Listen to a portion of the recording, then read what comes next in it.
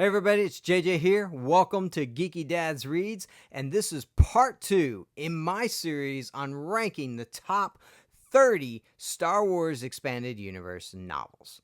Now, if you checked out part 1, you probably know that some of my picks aren't going to be ones that you necessarily agree with, and that's okay. The cool thing about Star Wars is there were over 150 novels in the EU, and not everybody is always going to agree. But tonight, what we're going to do is I'm going to rank number 20 all the way down to number 11, and we'll see if you like some of these as well.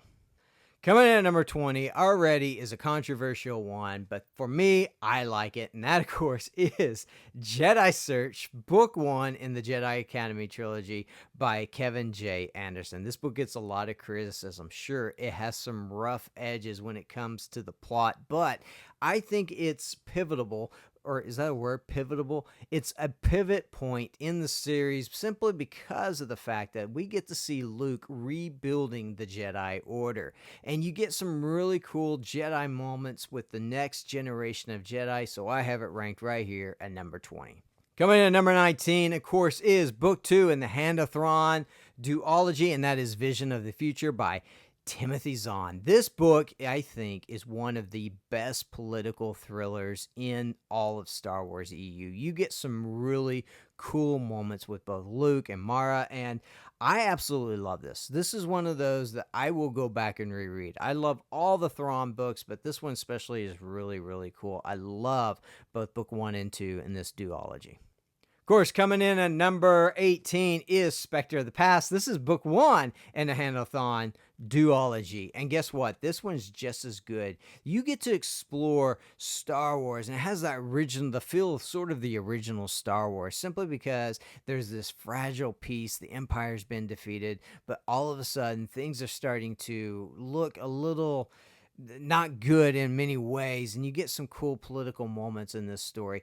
I really like this. Both of these books, Book 1 and 2, if you haven't read the Hand of Thrawn duology, I highly recommend you go check them out. This one's really good. So this is coming in at number 18 for me. Coming in at number 17, of course, is Book 2 in the Han Solo Trilogy, and that is the Hutt Gambit. I just finished a reread of this. This is so cool because this is one of those origin stories that we all love, because it's one of the classic characters that every single one of us love. You get to see how Han meets Chewie in this book. You also get to see how Han meets Lando in this book, and you get to see how he really gets to fly the Millennium Falcon for the first time, and how he goes to work for Jabba the Hutt. There is so much happening right here. This is one of those origin stories that is just absolutely incredible. I like it. What AC Crispin does, she writes Han better than anybody else. This is awesome. Go check it out. The Hutt Gambit, coming in at number 17 for me.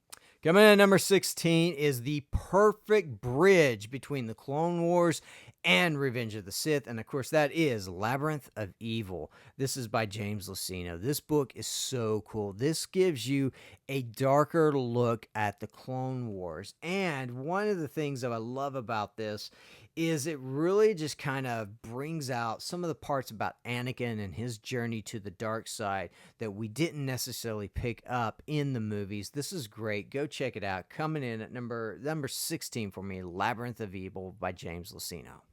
Coming in at number 15, of course, is the next book in the Jedi Academy Trilogy, and I love this book for some reason. I like this one, and that, of course, is Dark Apprentice. Yes, the plot is messy, but seeing the conflict between the new Jedi Order and the dark side is so incredible and so powerful. And I love some of the best moments with Luke here. I think that this is really, really good story. This is one of those I wish Disney kind of would have just kept canon.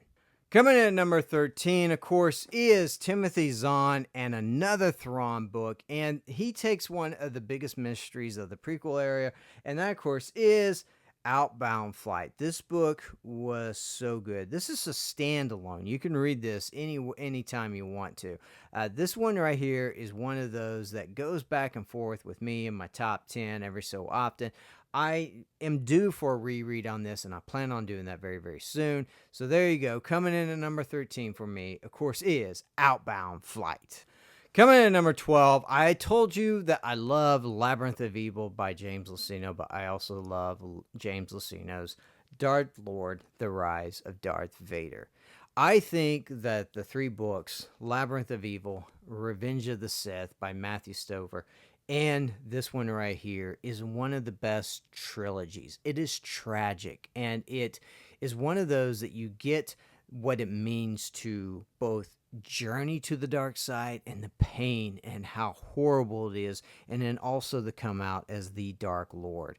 This book right here is excellent. It is amazing, and it gives you some perspective about Vader that you really don't get anywhere else. So I put this up there at number 12 for me, Dark Lord, The Rise of Darth Vader. Of course, coming in at number 11 for me is the last one on this list for today in part 2, and that is Shadows of the Empire by Steve Perry. This book, I really like this. I love the sort of the political intrigue, the idea of the crime syndicate, everything in the underground world. This takes place right between Empire Strikes Back and Return of the Jedi. They are looking for Han. They are looking for Boba Fett. They don't know where he's at, but they're also dealing with a crime lord. And it's really good, really compelling, and has some awesome moments with both Leia and Luke and so many others. This is a great story. Go check it out.